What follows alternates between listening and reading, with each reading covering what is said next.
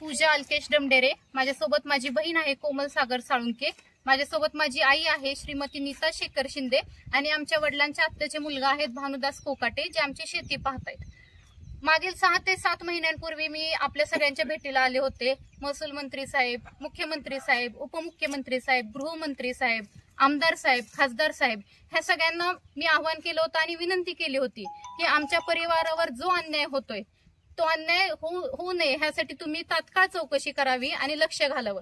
त्याप्रमाणे आता 6 ते 7 महिने ओलांडून गेलेत, तरीही आम्हाला अजून न्यायापासून वंचित राहावं लागतंय। आता स्वातंत्र्य दिनाचा अमृत महोत्सव आपण भारतात साजरे करतोय, पण इंदापूर तालुक्यासारख्या ठिकाणी जर आम्हाला न्याय मिळत नसेल तर आता इथून पुढे आम्ही कुणाकडे जायचंय अशी आम्हाला आता आमच्या पुढे प्रश्न निर्माण झालेला आहे। आज आम्ही आत्ताच तलाठी साहेबांना भेटून आलो, तहसीलदार साहेबांना भेटून आलो। काल त्यांनी आमच्या उतार्यावरचे नावं वगळून त्यांची नावं, विरोधकांची नावं घेतली। खरेदी खताप्रमाणे फेरफार निघाला होता, त्या फेरफारवर आमचं ऑब्जेक्शन आहे, त्याच्यावर आमच्या सर्कल साहेबांकडे तारखा चालू आहेत, त्याच्यावर अजूनही निकाल नाही। तरीही त्यांनी निकाल न लावता उतार्यावरती नावं काल 12 ऑगस्ट 2025 रोजी ओढलेली आहेत। आता आम्ही तलाठी साहेबांना ह्याच्याबद्दल जाब विचारायला गेलो, साहेब आपल्या तारखा चालू आहेत। 11 ऑगस्टला आम्ही तारखेला येऊन गेलो, तुम्ही आम्हाला म्हणलं वकीलपत्र सादर करा, आम्ही वकीलपत्र सादर केलं। तुम्ही म्हणलं आता म्हणणं सादर करा पुढच्या तारखेला, आम्ही म्हणणं सादर करण्याची तयारी करतोय। तत्पूर्वी तुम्ही लगेच 12 ऑगस्टला उतार्यावरती विरोधकांची नावं म्हणजे जे आहेत त्यांची नावं कसं काय घेतली, हा जाब आम्ही त्यांना विचारायला गेलो असता ते पटकन खुर्चीवरनं उठून गेले। आम्हाला एकाही शब्दात त्यांनी उत्तर दिलं नाही, उडवाउडवीचे उत्तर दिले। म्हणले तुम्हाला कोर्टाने निकाल पाठवलाय, तुम्हाला निकाल येईल। म्हणलं ठीक आहे साहेब, चूक भूल झाली असेल, आम्हाला निकाल येईल कोर्टाच्या पोस्टाने, पण त्याच्यानंतर 60 दिवसाचा पिरियड असतो माझ्या माहितीप्रमाणे। निकाल झाल्यानंतर 60 दिवसाच्या कालावधीत जर त्याच्यावर कुणी अपील केलं नाही तर 61व्या दिवशी उतार्यावर नावं घेणं हे मी समजू शकते, पण आमच्या तारखा चालू असताना त्याच्यावर निकाल नसताना ही नावं कशी काय ओढण्यात आली उतार्यावर, हा माझा मूळ प्रश्न आहे। दुसरी गोष्ट म्हणजे कोमल सागर साळुंके माझी बहीण आहे, हिने 21 जुलै रोजी ऑब्जेक्शन घेतलं होतं ह्या तीन फेरफारवर। 3 खरेदी खत आहेत, 261चा 1, 261चा 2 आणि 265चा 6, हे 3 गट नंबर आहेत। इंदापूर मधले 3 खरेदी झालेत पुरंदरला, इंदापूरची खरेदी पुरंदरला झाली आणि त्या खरेदी खतावर जे फेरफार निघाले त्याच्यावर माझ्या बहिणीने 21 जुलैला सेपरेट ऑब्जेक्शन घेतलं होतं। जेव्हा मी तलाठी साहेबांना माझी बहीण विचारायला गेली की साहेब माझं ऑब्जेक्शन आहे, माझ्या फेरफारवर ऑब्जेक्शन आहे, खरेदी रद्द व्हावी म्हणून मी ऑब्जेक्शन घेतले, फेरफार तुम्ही सातबाऱ्यावर ओढू नका, तर तलाठी साहेब म्हणले की ती आता निकाल लागून गेलाय, तुम्हाला नोटीस, दिदीने माझ्या बहिणीने विचारलं, आम्हाला नोटीस आलेली नाहीये, आम्हाला कळवण्यात आलेलं नाहीये, माझं म्हणणं मांडायला तुम्ही अजून मला अवधी दिलेला नाहीये, त्याच्या आधी तुम्ही कसं काय निकाल दिलाय। बर 25 जुलैपर्यंत कालावधी होता ऑब्जेक्शन घेण्याचा, 21 जुलैला तिने ऑब्जेक्शन घेतले आणि माझी आणि माझ्या आईची जी तारीख आहे ते तारखा आमच्या अजून मंडळ अधिकाऱ्यांकडे चालू आहे। ह्या दोन्ही गोष्टी प्रामुख्याने तलाठी साहेबांनी, मंडळ अधिकारी साहेबांनी सगळं लक्षात येत असून सुद्धा केलेले आहेत। आम्ही तिथं बाहेर उभा असतो खिडकीत, ही घ्या आमची नोटीस, ही घ्या आमचा अर्ज, ह्याच्यावर आम्हाला पोच द्या, आणि आतमध्ये लक्ष्मण रेडके, बाजीराव शिंदे, तलाठी साहेब जे आहेत अशोक पोळ, त्यांच्याकडे आता मंडळ अधिकाऱ्यांचा पण चार्ज आहे, त्यांच्या खुर्चीला खुर्ची लावून बसलेले आहेत। मी स्वतः माझ्या डोळ्यांनी बघितलेले। जेव्हा मी तिथं बघते त्यावेळेस इतकी खंत वाटते की पैशाचा आणि पदाचा काय वापर होणं हे ठीक आहे, पण जेव्हा गैरवापर होतो ना त्यावेळेस खंत वाटते की आपल्याकडे पैसा कमी आहे, आपल्याकडे कुठलंही सरकारी किंवा आपल्याकडे कुठलंही राजकीय पद नाहीये, ह्याची मला खरंच खंत वाटते। मी जेव्हा तिथं त्यांच्याकडे बघितलं त्यांनी मला नजरेला नजर सुद्धा मिळवली नाही। का ते मला नजरेला नजर मिळवू शकले नाहीत? कारण की ते खोटं काम करतायत आणि त्यामुळं तलाठी भाऊसाहेब जे आहेत, पोळ भाऊसाहेब, त्यांच्याकडे जाब विचारायला गेले असता त्यांनी आम्हाला कसलेही उत्तर व्यवस्थित दिलेलं नाही, उलट ते दार बंद करून पोलीस स्टेशनला गेले। माझं एवढीच विनंती आहे महसूल मंत्री साहेबांना की आमच्या निकाल जो द्यायचाय तुम्ही तो द्या, आम्ही त्याच्यावर अपील करू, पण निकाल दिलेला नसताना सुद्धा तुम्ही कसं काय उतार्यावर नावं घेताय, ह्याची सखोल चौकशी व्हावी, नाहीतर आम्ही सगळेजण न्यायापासून वंचित राहू। आज 6 ते 7 महिने उलटले, आम्ही ह्यासाठी झगडतोय, पण आता आमची म्हणजे पेशन्स आता आमचे पूर्ण संपलेत, आमचा संयमाचा बांध पूर्ण तुटलेला आहे। आता आम्हाला आत्मदहन करण्याशिवाय काहीच मार्ग शिल्लक उरलेला नाही आणि तेही आम्ही करू। आता हे बघा 261चा 1 आहे गट, जो आमच्या आजीने आमच्या आत्याला मृत्यूपत्रात दिलाच नव्हता। लीलाबाई ज्ञानदेव शिंदेंनी, शुभांगी श्रीकांत माने ज्यांनी ह्यांना खरेदी दिली, बाजीराव शिंदे, सीमा रेडके, बाजीराव शिंदे, सीमा रेडके, भारत मार्कड, शारदा शिंदे ह्या सगळ्यांना जी खरेदी दिली ते मृत्यूपत्राप्रमाणे दिली असं म्हणते. 5307चा निकाल लागला. सर्कल साहेबांनी त्यावेळेसचे हगारे साहेब होते, त्यांनी 261चा एक गट हा मृत्यूपत्रात नमूद नसताना सुद्धा 261चा एक मधले आम्ही सगळे वारस आम्हाला डावलण्यात आले आणि 16-204 फेरफार प्रमाणे 261चा एक हा गट सुद्धा बरं मृत्यूपत्र अजून प्रोबेट नाही, मृत्यूपत्र अजून सिद्ध झालेलं नाही, मृत्यूपत्राची केस अजून कोर्टामध्ये 1/8/2022 ही पेंडिंग आहे.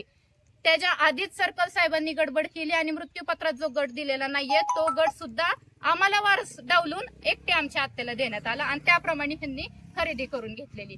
म्हणजे न्याय मागायचा, प्रशासनाचे काहीतरी कायदे असतात, काहीतरी कलम असतात, ह्या न्यायाला धरून जायचं सुद्धा आता अवघड झाले. कुणाला म्हणून आम्ही जाब विचारायचा, कुणाला म्हणून आम्ही न्याय मागायचा. त्यानंतर कंटेम ऑफ कोर्ट आमच्या आत्याने केलेले शुभांगी श्रीकांत मानेंनी. कंटेम ऑफ कोर्ट म्हणजे कोर्टाचा तुम्ही अवमान केलाय. तर कसं केलंय, इंदापूर मधले एक इसम आहेत त्यांच्याकडून ह्याच जमिनीच्या व्यवहारात आमच्या आत्या शुभांगी श्रीकांत मानेंनी 30 लाख रुपये विसार घेतला होता. जेव्हा स्टे असतो कोर्टाचा, डिस्ट्रिक्ट कोर्टाचा स्टे असताना तुम्ही ह्या जमिनीच्या बाबतीत कुठलेही ट्रान्झॅक्शन करायचे नाहीत, असे दोन्ही पार्टींना बंधन असतं. तुम्ही त्याचा वहिवाट करा, तुम्ही वापर करा, त्यातून उत्पन्न काढा, ठीक आहे, पण ह्याच्यातून कॉम्प्लिकेशन्स वाढू नये ह्यासाठी ह्याचे ट्रान्झॅक्शन करू नयेत, जैसे थे परिस्थिती ठेवावी, थर्ड पार्टी इंटरेस्ट क्रिएट करू नये असा त्या स्टेचा अर्थ होता. तरीही आमच्या आत्यानी 30 लाख रुपये इंदापूर मधल्या पेठेतल्या एका माणसाकडून, प्रतिष्ठित व्यक्तीकडून विसार घेतला.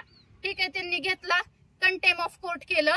त्यानंतर रोहित पाटील म्हणून जे आहेत इंदापूर मधले प्रतिष्ठित व्यक्ती आहेत त्यांच्याकडून सुद्धा त्यांनी 5 लाख रुपयाचा कॅश मध्ये विसार घेतला. हा त्यांनी दुसरा कंटेम ऑफ कोर्ट केला आणि कॅश मध्ये व्यवहार करून त्यांनी विसार पावती केली. माझ्याकडे विसार पावती रजिस्टर आहे.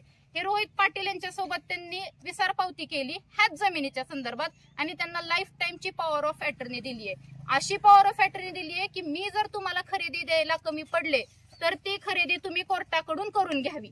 मला विचारायचं, एवढे राईट त्यांना स्टे मध्ये कंटेम ऑफ कोर्ट करण्यात की आमच्या आत्याला राईट कुणी दिले आणि एवढं बळ आणि एवढा आत्मविश्वास कुणी दिला की तुम्ही कोर्टाच्याही निकालाचा अवमान करताय.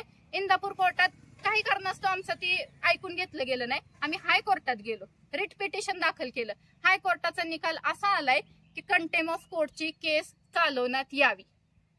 कसं असतं, न्याय हा थोडा उशिरा मिळतो पण मिळाल्याशिवाय राहत नाही हे मला ह्यातून लक्षात आलं. त्यानंतर विसार पावती झाली, ह्यांनी अजून एक विसार पावती केली लक्ष्मण रेडकेंसोबत. ती विसार पावती सुद्धा त्यांनी स्टे असताना केली. झाले 3 कंटेम ऑफ कोर्ट.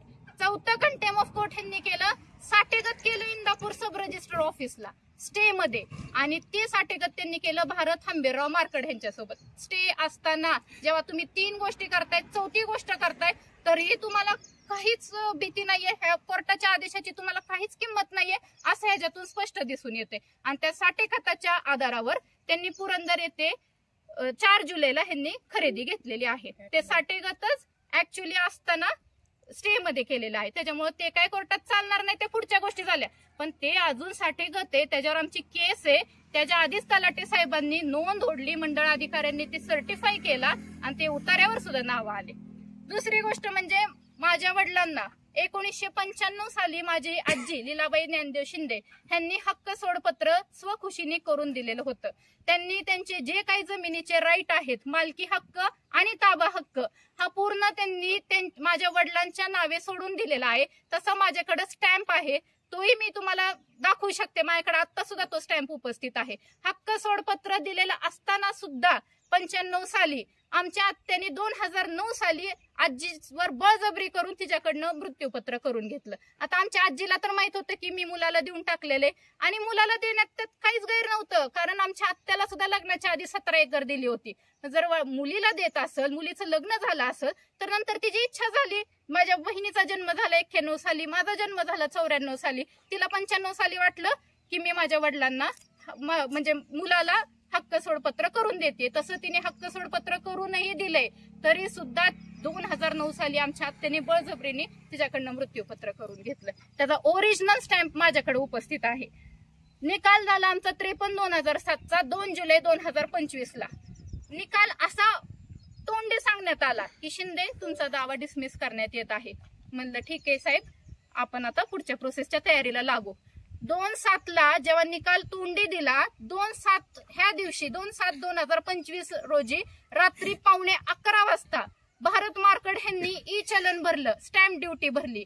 जो वादी असतो, ज्याच्या विरोधात निकाल गेलेला असतो, त्याला आधी निकालाची प्रत मिळते कायद्याप्रमाणे. का तर त्यांना अपिलाचा कालावधी कमी असतो आणि अपिलाच्या कालावधीत त्यांना पुढच्या प्रोसेस करायला लवकर तत्परता मिळावी त्यासाठी. पण ह्यांना इतका आत्मविश्वास कुठल्या बेसिसवर होता हा माझा प्रश्न आहे. म्हणजे मीच एकदम शॉक मध्ये आहे की ह्यांनी 2 तारखेला तोंडी निकालावर लगेच संध्याकाळी स्टॅम्प ड्युटी भरली, 4 तारखेला पुरंदरला जाऊन ह्यांनी खरेदी केली आणि 6 ते 7 तारखेला आम्हाला ही निकाल हातात मिळाला. 6 तारखेला आम्हाला कॉपी मिळाली. तोपर्यंत 4 तारखेला ह्यांनी ऑलरेडी खरेदी करून ठेवली होती. मग हा आत्मविश्वास येतो कुठून? न्याय व्यवस्थेवरचा विश्वास कुठून येतो हा माझा हा प्रश्न आहे. नंतर 4 तारखेला खरेदी केल्यावर 5 जुलै 2025 रोजी ह्या लोकांनी आमच्या अडचणी वाढवण्यास सुरुवात केली. लक्ष्मण रेडके, API कोंडवा पोलीस स्टेशनचे लेखाजी बाजीराव शिंदे, भारत हंबीरराव मार्कड, सीमा रेडके आणि लेखाजी शिंदे यांचे वडील बाजीराव शिंदे आणि लेखाजी शिंदे यांची आई शारदा शिंदे, ह्या सगळ्यांनी जेव्हा खरेदी करून आले त्यावेळेस 4 तारखेला खरेदी झाल्यावर 5 तारखेला ढोले म्हणून आमच्या इथले इंदापूर मधलेच आहेत, आमच्या परिचयाचेच आहेत, त्यांना आमच्याबद्दल आमच्या विरोधात इन्स्टिगेट केलं. आमचा आणि त्यांचा काय असा खूप मोठा वाद नव्हता, पण त्यांना इन्स्टिगेट केलं, आमच्या विरोधात उभा केलं आणि 6 MH42 BR 6222 ही XUV गाडी आहे, पांढरी XUV गाडी आहे लक्ष्मण रेडके यांची. त्या गाडीत घटना जेव्हा घडली, माझ्या आणि माझ्या आईचा विनयभंग जेव्हा झाला, त्या घटनेस्थळी घटनेच्या क्षणी लक्ष्मण रेडके गाडीतून ह्यांना डोले, जे कुमार डोले आहेत आणि अंकित डोले आहेत, त्यांना सांगत होते लावा हात, करा विनयभंग, बघू काय होते, आम्ही आहे. माझी खरंच विनंती आहे, CCTV फुटेज माझ्याकडे आहेत, आम्ही CCTV लावला होता, नशिबाने आमच्याकडे फुटेज आहेत. आणि जे रस्त्याला म्हणजे पराग मेडिकल पासून जे जे काही CCTV फुटेज असतील, कुणी तिथं जाऊन चेक करावं की 5 जुलैला संध्याकाळी 7:45 वाजता जेव्हा ही घटना घडली त्यावेळेस तिथं लक्ष्मण रेडके घटनास्थळी घटनेच्या क्षणी गाडीत बसून होते आणि तिथून ते ह्यांना सगळे इन्स्ट्रक्शन देत होते की करा विनयभंग, करा, आहेत पोरी, नाही त्यांच्या मागं कोण, बघू मी काय करतो, बघू काय करते ते, अशी त्यांची भाषा होती. अशा आमच्या अडचणी वाढवायला त्यांनी सुरुवात केली आणि वारसांना डावलून ह्यांनी खरेदी केलेली आहे. जेव्हा ह्यांनी खरेदी केली पुरंदरला जाऊन साठेगतात त्यांनी असं दिलं होतं की वारस पण येतील, म्हणजे माझी आत्या जी आहे तिचा मुलगा, तिची मुलगी ह्यांना पण खरेदीच्या वेळेस उपस्थित राहतील असं त्यांनी साठेगतात लिहून दिलं होतं. पण खरेदी खत होण्याच्या क्षणी आत्याचा मुलगा, आत्याची मुलगी जे वारस आहेत ते तिथं उपस्थित नव्हते. का उपस्थित नव्हते हा प्रश्न माझा तुम्हा सर्वांना आहे.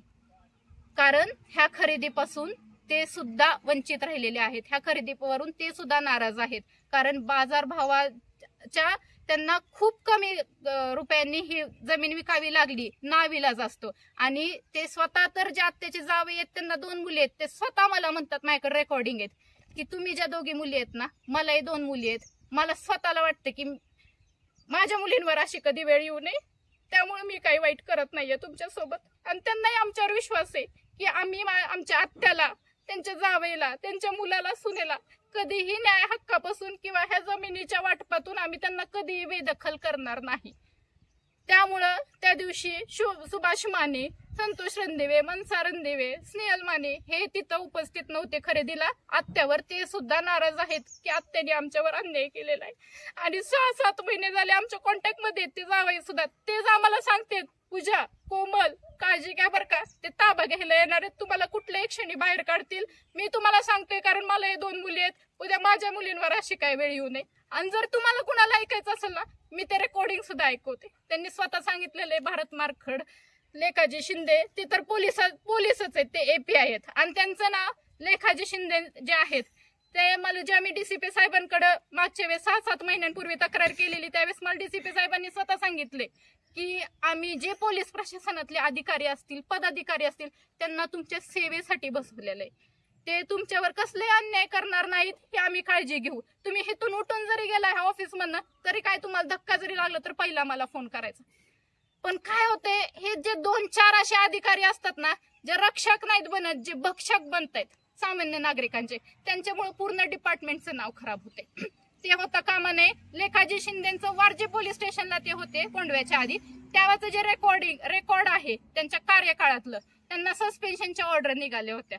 त्यांनी काय केले त्यांच्या कार्यकाळात ह्याची पूर्ण चौकशी करण्यात यावी अशी माझी विनंती आहे गृहमंत्री साहेबांना. तुम्ही त्यांना API पदी बसवताय.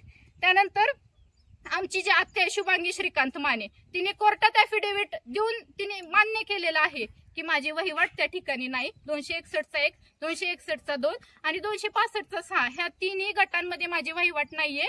मी तिथं पिकं बागायत केलेली नाहीये, मी शेतजमिनी बागायत केलेली नाहीये, हे तिने मान्य केलेलं आहे. तरी सुद्धा तलाठी साहेबांना इथं येऊन वहिवाट घेण्यास अडथळा येतोय.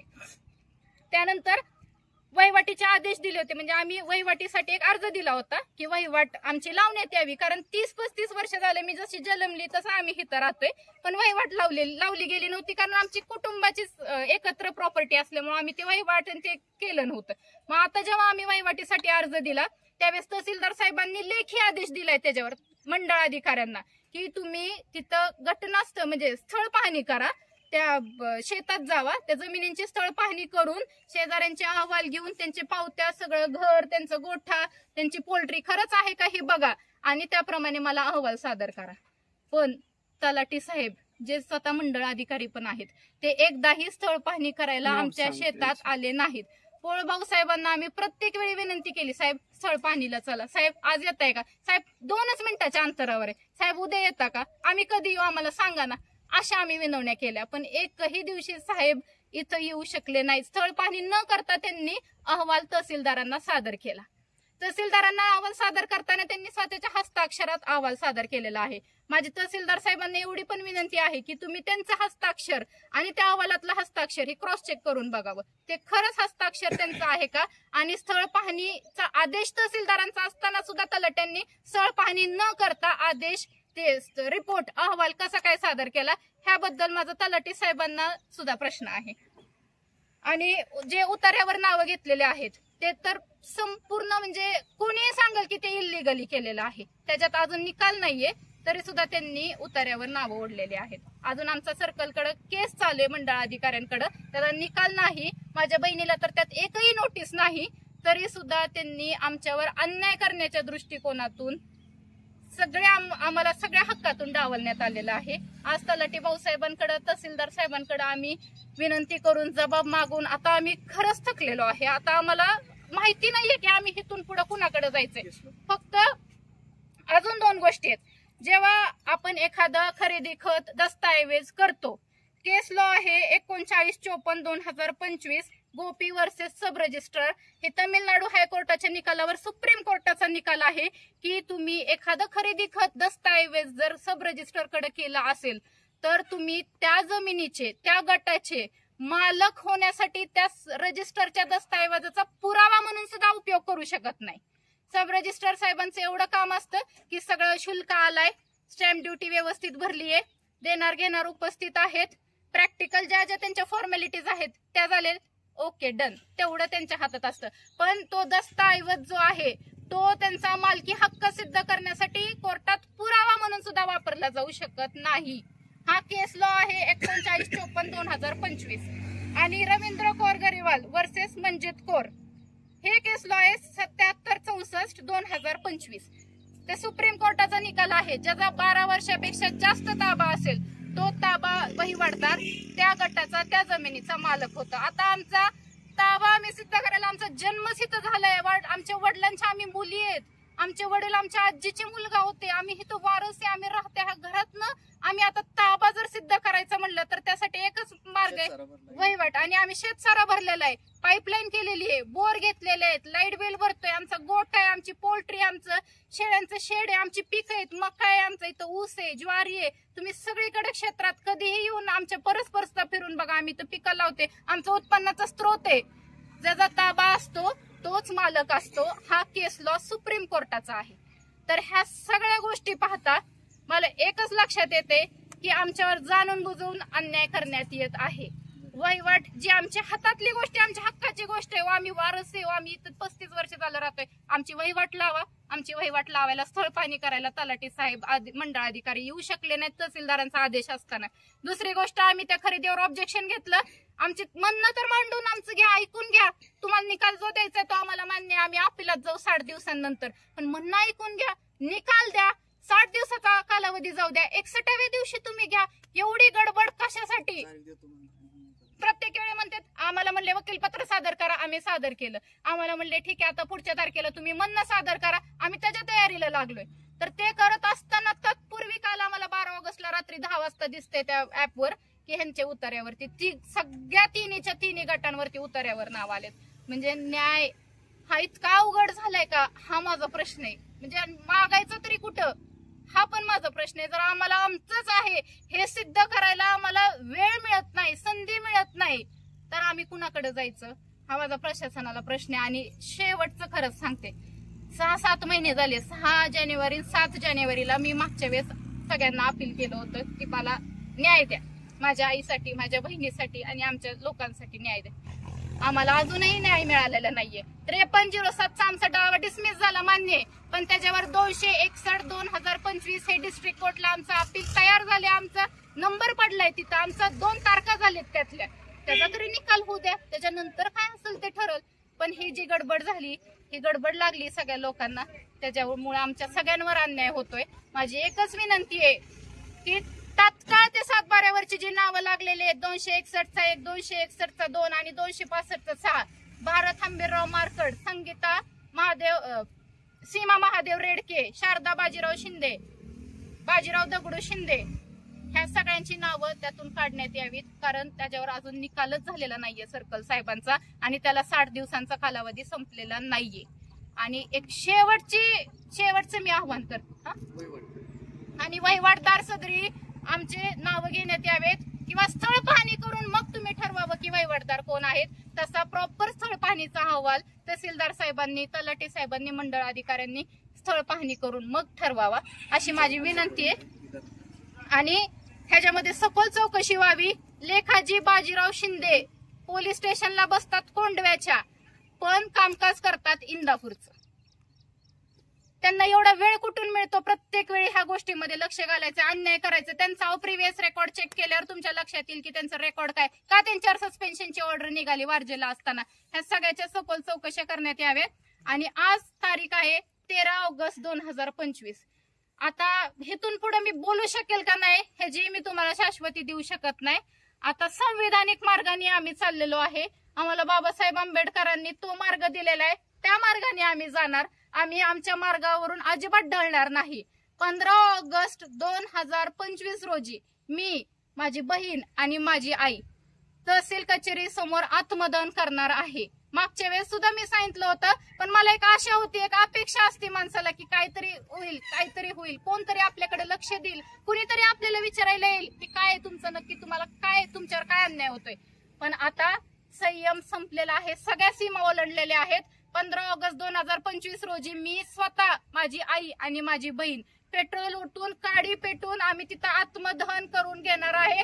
आणि त्याला जबाबदार असणारे पैसा आणि पदाचा माज आणि प्रशासनातील काही अधिकारी जे महसूल खात्यात काम करतात अन्यायाचं, हे सगळे लोक त्याला जबाबदार असतील. महसूल मंत्री साहेब, गृहमंत्री साहेब, पुण्याचे पालकमंत्री साहेब, ह्या सगळ्यांना माझी विनंती आहे, कृपया आमच्याकडे लक्ष द्या. आमचं जे म्हणणं आहे त्याप्रमाणे आम्हाला न्याय द्या आणि ह्यामध्ये सखोल चौकशी करण्यात यावी. धन्यवाद. नमस्कार, मी सौ पूजा अलकेश डमडेरे. माझी आई नीता शेखर शिंदे आणि कोमल सागर साळुंके. आम्ही राहतो इंदापूर शहरामध्ये. 261चा 1, 261चा 2 आणि 265चा 6 ह्या गट क्षेत्रामध्ये, ह्या जमीन क्षेत्रामध्ये आमच्या जीवाला धोका आहे. जे भारत हंबीरराव मारकड, बाजीराव दगडू शिंदे, लक्ष्मण बाबूराव रेडके, सीमा महादेव रेडके, शारदा बाजीराव शिंदे आणि लेखाजी बाजीराव शिंदे हे इसम आम्हाला रातोरात इथून बाहेर काढण्याच्या तयारीत आहेत, आमच्यावर हल्ला करण्याच्या तयारीत आहेत. त्या दृष्टिकोनातून त्यांनी आमच्या नको त्या अडचणी वाढवण्याचे प्रयत्न चालू केलेले आहेत. आणि आम्हाला रेकॉर्डिंग आहे आमच्याकडे, ज्या खात्रीशीर व्यक्तीकडून आम्हाला ही मेसेज मिळाला आहे की तुम्हाला इथून बाहेर काढणार आहेत, तुम्हाला हाताला धरून बाहेर काढणार आहेत, ते लोक येऊन ताबा घेणार आहेत, बायका आणणार आहेत आणि तुम्हाला रातोरात इथून बाहेर काढणार आहेत. तर आम्ही तसं पोलीस स्टेशनला रितसर अर्जही दिलाय, आम्ही त्यांना कल्पनाही दिली, सगळ्या मुख्यमंत्री साहेबांना, गृहमंत्री साहेब, डीवायएसपी साहेब आणि इंदापूर पोलीस स्टेशन पीआय साहेब या सगळ्यांच्या पोच आहेत माझ्याकडं की आमच्या जीवाला धोका आहे आणि आमच्या जीवाला धोका निर्माण होऊ नये ह्यासाठी तुम्ही त्या लोकांना समज द्यावी. त्यांना समजत असेल तर ठीक आहे, नाही समजलं तर योग्य ती कारवाई त्या लोकांवर करण्यात यावी. कारण आम्हाला जर आमचा जीव गमवावा लागला, आमचं स्वतःचा असताना आम्ही आमच्या शेखर शिंदे आमचे वडील आहेत, आम्ही वारस आहेत, त्यांच्या 2 मुली, हे पत्नी आहेत त्यांच्या, आम्हाला जर आमच्या राहत्या घरातून आमच्या शेतीतून बाहेर निघायची वेळ आली तर त्यासारखं दुर्दैव काही नसणार आहे. त्यामुळं माझी खरंच विनंती आहे डीवायएसपी साहेब, पीआय साहेब, गृहमंत्री साहेब यांना की तुम्ही ह्या प्रकरणामध्ये सखोल चौकशी करावी आणि आमच्यावर अन्याय होत आहे त्यापासून आम्हाला वाचवावं आणि आमच्या जीवाचं संरक्षण करावं.